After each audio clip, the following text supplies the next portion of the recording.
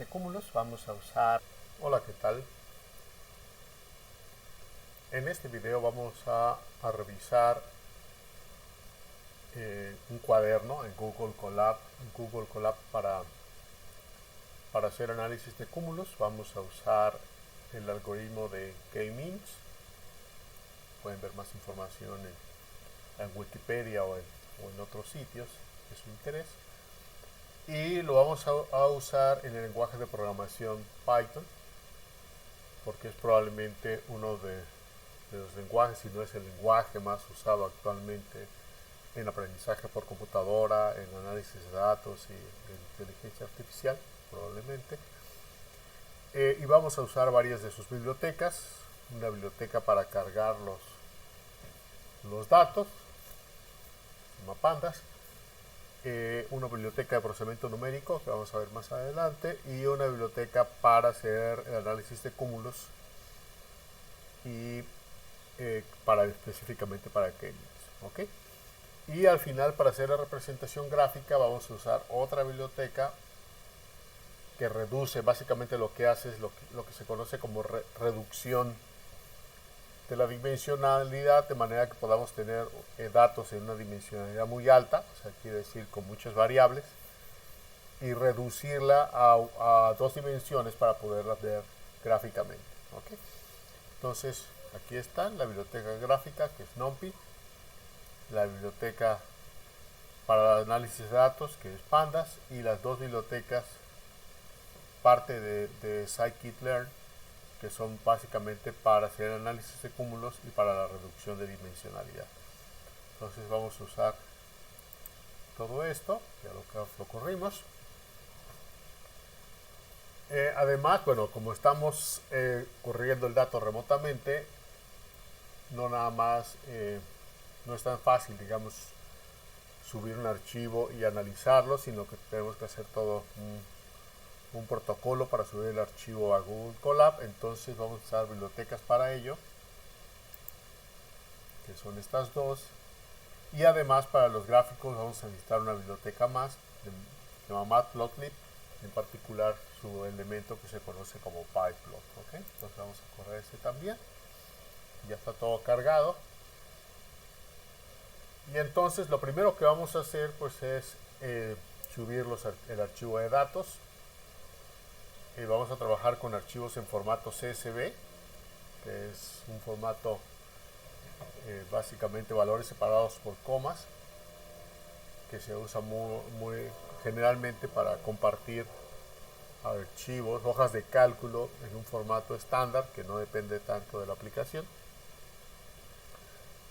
Y bueno, lo vamos a hacer en tres pasos, como dice ahí. Vamos a dar el nombre del archivo, luego se va a abrir la ventana de diálogo para que podamos cargar el archivo, y luego finalmente pues vamos a leer ese archivo y lo vamos a guardar en lo que se conoce como un data frame, y luego vamos a ver qué tiene el data frame, ¿okay?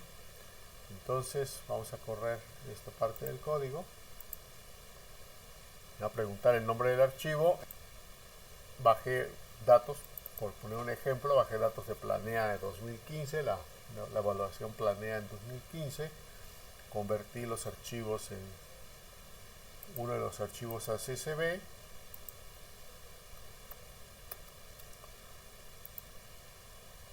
y básicamente también hubo un proceso ahí de eliminación de datos, porque en Planea, por ejemplo, hay datos con escuelas que tuvieron un porcentaje muy alto de participación de los estudiantes y otras escuelas que tuvieron un número bajo de participación de los estudiantes, y en algunos casos algunos estudiantes hicieron examen de matemáticas pero no de lenguaje, y en otros hicieron de lenguaje pero no de matemáticas. Y entonces lo que hice en este caso fue quitar todos los datos donde hubiera menos del 80% de los estudiantes, donde menos del 80% de los estudiantes hayan respondido el examen, y también quité los datos donde habían respondido solamente en lenguaje o solamente en matemáticas. Entonces lo que tengo son datos llenos, digamos, todas las escuelas con el 80% de representatividad de sus estudiantes y que hicieron los dos exámenes, el de matemáticas y el de lenguaje. Entonces voy a dar el nombre del archivo, luego me dice que lo escoja. Tengo que dar el nombre del archivo y luego escogerlo, porque en principio yo podría escoger varios archivos aquí en esta ventana de diálogo y subir varios archivos y luego usar uno o usar otro. Por eso se tiene que hacer en 2 pasos. ¿Ok? Le voy a decirle que voy a subir este archivo. Lo empiezo a subir. Bueno, ¿qué tenemos? Datos de bachillerato. Y lo que tenemos es la clave de la escuela, el grado de marginación de la zona en la que se ubica la escuela. Los grados de marginación originales en los datos eran desde un grado de marginación muy bajo, en una zona económicamente bien, podríamos decir, a nivel de marginación muy alto, que serían zonas con problemas de pobreza, fundamentalmente. ¿Okay? Entonces tenemos 5 valores en cuanto al grado de marginación: muy bajo, bajo, medio, alto y muy alto. Y eso se tradujo en porcentajes, se tradujo en 0, 25, 50, 75 y 100, donde 0 es muy bajo nivel de marginación, es una zona acomodada, y 100 es un nivel muy alto de marginación, es una zona con muchos problemas de pobreza. ¿Okay? Entonces se tradujo a nivel numérico fundamentalmente porque muchos algoritmos de análisis de clústeres, si no es que la mayoría de los algoritmos de análisis de cúmulos, usa una métrica de distancia. Entonces necesitamos medir distancias y para eso necesitamos datos en formato numérico. Y cuando los datos no están en formato numérico, pues tenemos que escoger una conversión numérica que haga sentido, ¿no? Donde la distancia entre los números tenga alguna relación con la distancia entre los datos no numéricos. Por ejemplo, en este caso, la distancia entre muy bajo y muy alto es 100, es decir, la distancia entre un nivel de marginación muy bajo y un nivel de marginación muy alto es 100. Entonces, de alguna manera, la distancia representa, digamos, la distancia entre los niveles de marginación en las escuelas. Y los otros valores tienen que ver con el L1, L2, L3, L4, M1, M2, M3, M4, tiene que ver con resultados en planea, precisamente. En lenguas, el L1, L2, L3, L4, y en matemáticas, M1, M2, M3 y M4. Y son los 4 niveles que se manejaban en planea, los niveles de competencia: el nivel 1, que es el nivel más bajo, hasta el nivel 4, que es el nivel más alto en cada uno de ellos. Entonces, bueno, ya tenemos nuestras variables y ahora lo que vamos a hacer es escoger cuáles vamos a usar para el análisis de cúmulos. Obviamente no vamos a usar la clave y podríamos tener otros datos aquí que no quisiéramos usar. Pues vamos a decirle cuáles vamos a usar. Y en este caso vamos a usar la variable marginación. Es importante que sea igual que como está escrita arriba. Y vamos a usar los L1, L2, L3 y L4 y los M1, M2, M3 y M4. Le damos Enter para decir que hemos acabado. Y listo, ¿no? Confirma las variables, pues es marginación L1, L2, L3, L4, M1, M2, M3 y M4. ¿Ok? Y entonces lo que hacemos aquí, el primer paso, pues es separar esas variables del resto de los datos y ponerlo en un formato que maneja el algoritmo de análisis de cúmulos, y eso se hace con esta función toNumPy, que lo convierte en un arreglo, de una hoja de cálculo a un arreglo. Ya está. Y finalmente pues entramos a la parte donde se hace el análisis de cúmulos. Pues vamos a escoger cuántos cúmulos queremos. Es una de las características del algoritmo de K-means. Nos permite escoger cuántos cúmulos queremos construir o identificar en los datos. Luego construimos lo que se conoce como un modelo, o sea, un esquema de análisis de cúmulos para el número de cúmulos que pedimos, y luego se construyen los cúmulos con base en los datos. ¿Okay? Entonces, el número de cúmulos, vamos a decir que queremos, por ejemplo, 5. ¿Okay? Entonces ya acabó, el algoritmo es bastante rápido. Y lo que queremos saber es que, pues, que también estuvo. Queremos evaluar los resultados. Y para esto vamos a ver los resultados. ¿Okay? Una primera métrica tiene que ver con la suma de las distancias de todos los puntos a los puntos centrales, lo que se conoce como los centroides. El algoritmo de K-means, si se acuerdan de la literatura que se compartió en el curso sobre aprendizaje por computadora, y si no lo pueden buscar en cualquier otro sitio en internet. Lo que hace el algoritmo de K-means es plantar unos centroides para los cúmulos, crear los cúmulos, luego recalcular los centroides, y si los centroides son diferentes de los anteriores se vuelve a crear los cúmulos, y eso se repite y se repite y se repite hasta que los centroides convergen, o sea, ya no se mueven mucho o ya no se mueven en absoluto. ¿Okay? Y por otro lado, lo otro que vamos a observar, además de la distancia, pues son esos centroides, porque esos centroides de alguna manera son como prototipos de cada clúster, ¿sí? Lo que está en medio de cada clúster de alguna manera nos dice qué tipo de clústeres fueron los identificados. Ahora, la suma de las distancias, conforme va aumentando el número de clústeres, las distancias van disminuyendo porque los clústeres se van haciendo más chiquitos y las distancias son cada vez más pequeñas.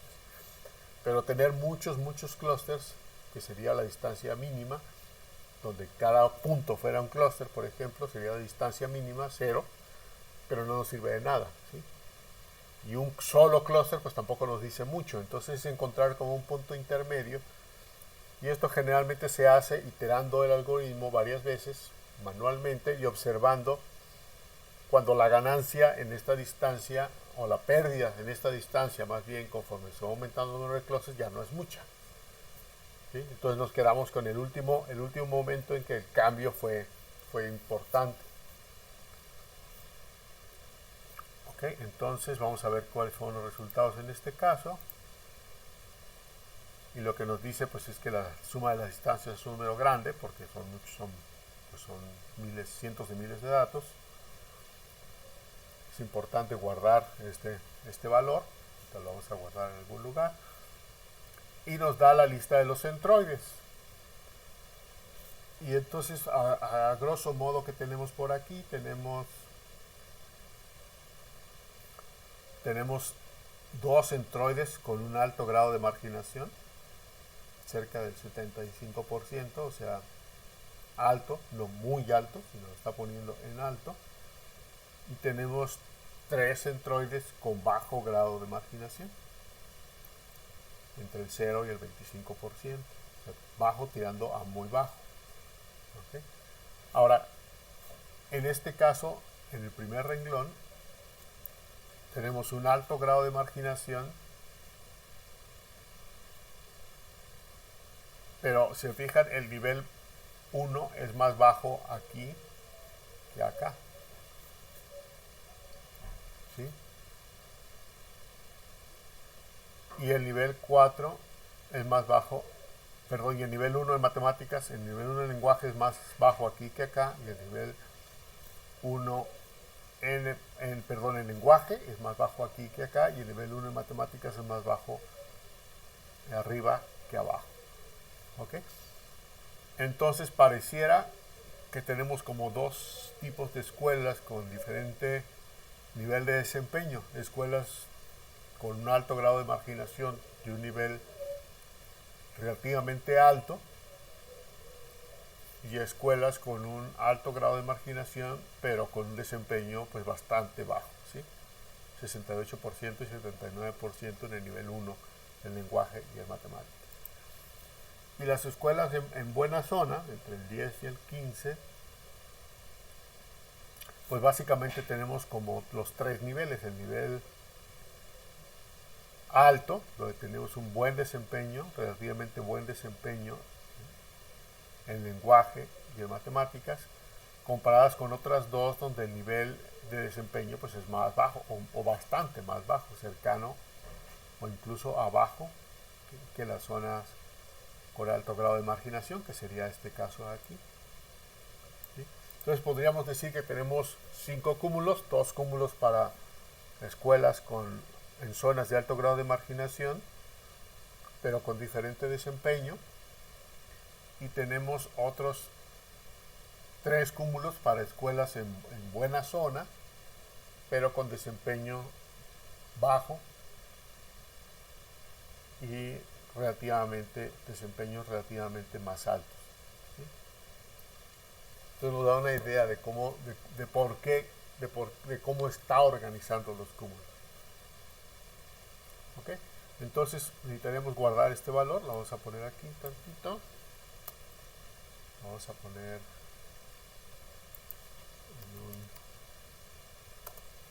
en un editor de texto, lo vamos a poner aquí para que no se nos olvide.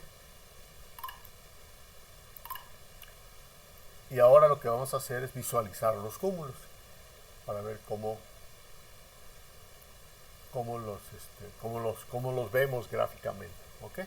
Aquí lo importante para notar es que cuando se hace una reducción de dimensión, como en este caso de 9 variables a 2, hay cierta pérdida de información, hay cierta distorsión de los datos, porque pues no es lo mismo los datos en 9 dimensiones que resumirlos de alguna manera a 2 dimensiones. ¿Sí? Es como la diferencia entre la persona y la sombra de la persona. ¿Sí? Se pierde mucho y se distorsionan algunas cosas dependiendo de dónde está la luz, por ejemplo, en el caso de la sombra, y lo mismo sucede con reducción de dimensionalidad, pero nos permite ver más o menos cómo estarían los datos. ¿Okay? Entonces vamos a decir que lo ejecute, y aquí se va a tardar tantito. Entonces en este caso para aproximadamente 120,000 escuelas, si mal no recuerdo. Eso lo podemos ver muy rápidamente aquí, 129,000 escuelas. Aproximadamente se está tardando pues ya casi un minuto. Esperemos que no se tarde mucho, que es lo que estamos haciendo aquí. Estamos escogiendo los valores únicos. El Model Labels contiene todas las etiquetas para el clúster 0, para el clúster 1, para el clúster 2, para el clúster 3, para el clúster 4. ¿Lo quieren ver así? Entonces, para cada valor en los datos, para cada uno de los 129,000 renglones, tenemos un número ahí que dice en qué clúster está. Pedimos los valores únicos, escogemos todos los valores que tienen los índices de todas las etiquetas con ese valor, y luego escogemos los datos en sus 2 dimensiones, en la dimensión X y en la dimensión Y de esos datos. ¿Okay? Y de esa manera esto lo hacemos para cada clúster. Entonces hacemos un scatter plot, o sea, una gráfica de puntos para cada clúster, y lo que hace PyPlot es asignarle a cada gráfico, en este caso a cada clúster, un color diferente, y de esa manera obtenemos los colores para los clústeres. Entonces aquí están. Ok, y es lo que está, una revisualización, como les dije, con cierta distorsión de los datos por la reducción de bidimensionalidad, pero nos da una idea de cómo está organizando los clústeres, y de alguna manera nos da una idea de cómo esperaríamos que estuvieran, por ejemplo, aunque como dije hay una distorsión en los datos, pero uno podría esperar, decir, bueno, es que a lo mejor más bien podrían ser como 4 grupos, aunque aquí está haciendo la partición de aquí en 3 y de aquí en 2, y la parte de arriba de aquí le está poniendo acá, pero nos da una idea de cómo están organizados, y podríamos decir si necesitamos más o si necesitamos menos. A lo mejor podríamos decir que valdría la pena partir estos 2 y estos 2, entonces estaremos hablando de 7 a lo mejor, o 8, 9 o más, o menos, y decir que nada más queremos 4. Y en este caso lo que habría que hacer pues es volver a correr el algoritmo, esta parte, pero con otro número, otro valor de k.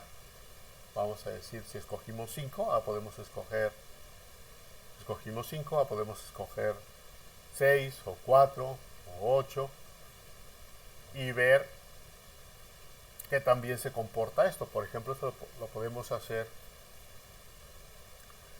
con relativa facilidad, y entonces cuando tengamos un valor, este valor va a ir bajando, pero si baja de repente rápido, vamos a decir de 3 a 4 baja rápido, de 4 a 5 baja más o menos rápido, y de 5 a 6 baja ya más poquito, quiere decir que probablemente entre 5 sea un buen valor, ¿sí? La última bajada, digamos, rápida de este número podría ser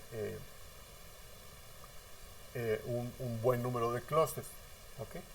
Entonces espera que la gráfica vaya bajando, y cuando la gráfica deja de bajar rápido y empieza a bajar lento, pues ya no vamos a ganar mucho más, y eso sería el número de clústeres deseado, ¿ok? El último paso sería guardar los datos junto con los resultados del análisis de cúmulos. Para eso vamos a crear una columna nueva que la vamos a llamar clúster. En esa columna vamos a guardar los resultados del análisis de clúster, las etiquetas para cada uno de los renglones. Luego le vamos a poner un nombre al archivo. El archivo se guarda temporalmente en Google Colab. Se crea y se guarda en Google Colab, y ya después se descarga en nuestra computadora. ¿Ok? Entonces, había algunos errores en el código, por eso aparece en rojo, pero creo que ya los corregí, entonces debería funcionar bien. Entonces vamos a poner datos agrupados CSV, y finalmente ya tenemos aquí el resultado. Lo vamos a ver nada más para confirmar. En este caso yo uso LibreOffice porque tengo Linux, pero igual sería en Excel. Y lo que tenemos aquí es nuestra columna cluster. ¿Ok? Entonces tenemos los datos igual que como los teníamos antes, más un índice que le añade el código, y finalmente el clúster al que pertenece cada una de las escuelas en este caso. ¿Ok? Los clústeres numerados de 0 a 4 quedan 5. Y bueno, pues eso sería todo de mi parte. Espero que les haya gustado y que les sea muy útil. Hasta luego.